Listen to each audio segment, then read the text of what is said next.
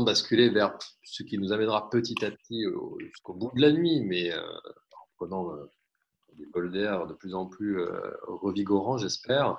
Je ne sais pas si l'air sera aussi agréable que dans les différents territoires que nous représentons ce soir, mais j'avais calibré, disons, dans le plan, la fin de cette deuxième partie sur l'urgence de sortir de l'urgence. Alors, non pas pour remettre en cause la réalité de l'état d'urgence sanitaire, mais simplement pour nous apaiser un peu quand il faut bien respirer également. Et Benoît ainsi qu'Arnaud m'ont proposé des billets qui ne seront pas forcément enthousiasmants, hein, une fois de plus, mais auront, j'espère, le mérite de nous déconnecter un instant à tour de rôle. Un instant de 5 minutes, hein, je compte sur vous.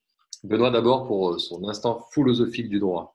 Attends, je vais brancher quand même le chronomètre hein, pour être sûr que les Donc, il y a une règles sont excuse, c'est bien. qu'il ne dort plus du tout, contrairement à certains qui dorment encore un peu, mais qui n'a que 5 minutes malgré tout à nous consacrer. Très bien. Alors, je vais évidemment m'y tenir. Donc, je vous propose une chronique sur l'Odyssée de l'urgence, puisque après avoir déjà convoqué Chronos, Midas et Hermès, c'est le chant d'Homère que je vous propose d'écouter. Notre Ulysse, vous l'aurez compris, c'est Jupiter, et je vous propose de lier tout ça sur le rythme et la tessiture de l'urgence. Quoique, première certitude, rien ne presse. Rien ne presse, puisqu'il ne fait plus de doute que l'état d'urgence sera régulièrement prorogé et aboutira à autant de chants que l'Iliade, évidemment, et l'Odyssée réunis. Autre certitude, Jupiter aura autant d'épreuves à surmonter qu'Ulysse, ça, on en conviendra. Et enfin, une autre certitude, Jupiter peut craindre pour sa couronne de roi d'Ithaque. Alors l'urgence, précisément le droit de l'urgence, dont nous essayons depuis quelques chroniques de décoder les différents types de discours, en restant à un niveau d'analyse que, évidemment, il n'est pas possible d'approfondir, donc c'est essentiellement rhétorique et superficiel. À ce stade, ma seule ambition, vous l'aurez compris, c'est simplement de questionner. Dubito ergo sum. Je doute, donc je suis. Il faut questionner, questionner, re-questionner la légistique de l'urgence, sa vitesse discursive et normative, l'espace que l'urgence occupe et les frontières dont elle s'affranchit. Puisque le cheval de Troie, que représente finalement le Covid-19, bientôt le Covid-20, génère une passion qui, à mon sens, serait évidemment dangereux de minimiser, mais il ne faut pas non plus surqualifier et surestimer les effets juridiques du Covid, puisque nous l'avons déjà vu, le droit de l'urgence, finalement, ne représente pas une telle singularité historique, juridique et organique. Alors, au crépuscule de ce premier bilan de l'urgence, il me paraît intéressant de relever tout d'abord, à travers un premier travers sémantique, que l'urgence est d'abord un discours déclaratif. Et vous l'aurez noté, Édouard Philippe a bien fait usage de l'article 50-1, une déclaration. Donc, l'usage jupitérien de l'urgence, il faut le disqualifier. Il a un effet prescriptif, mais il n'a aucun effet performatif, au sens du philosophe analytique américain Austin. L'urgence n'a aucun effet performatif. Et donc, il faut le désacraliser. J'entends par là que ce n'est pas parce que Jupiter a prononcé l'urgence que les ambulances se sont mises à déambuler. Les hôpitaux n'ont pas attendu l'urgence pour être mobilisés et saturés. Alors, l'urgence, elle déclare un état normatif, prescriptif, mais une large partie, ou du moins une partie, elle est différée, elle est progressive, elle est défaite, elle est déconstruite, sans doute inintelligible, superficielle, précaire, à peine connectée et sans doute déconnectée. L'urgence, vous en conviendrez, elle n'a pas l'épaisseur d'un signifié. Un signifié véritablement au sens de la sémantique et la philologie. Elle n'a pas cette dignité-là. Elle ne pourrait d'ailleurs absolument pas résister à un objectif de valeur constitutionnelle, d'intelligibilité de la loi. Et ça, il faut s'en convaincre, les amis. Alors, l'urgence, malgré tout, elle capitalise et c'est un paradigme juridique qui irrigue d'autres champs disciplinaires.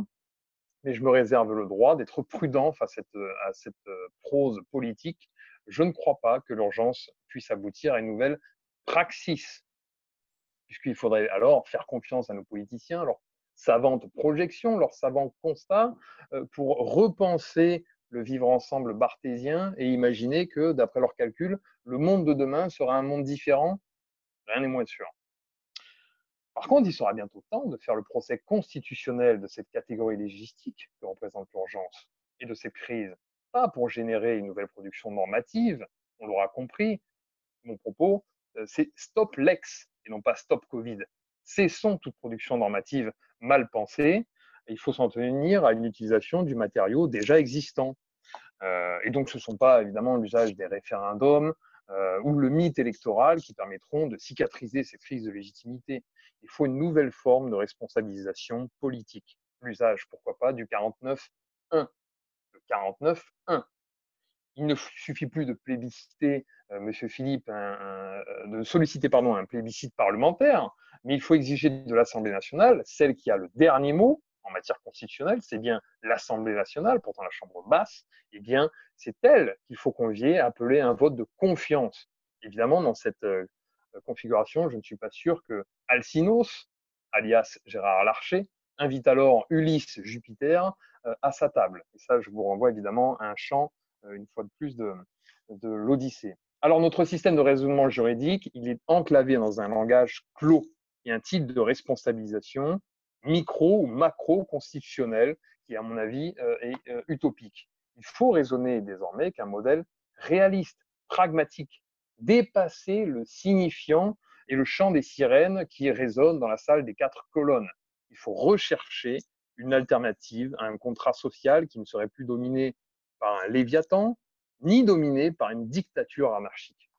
La vertu est au milieu, c'est ce que disait Aristote.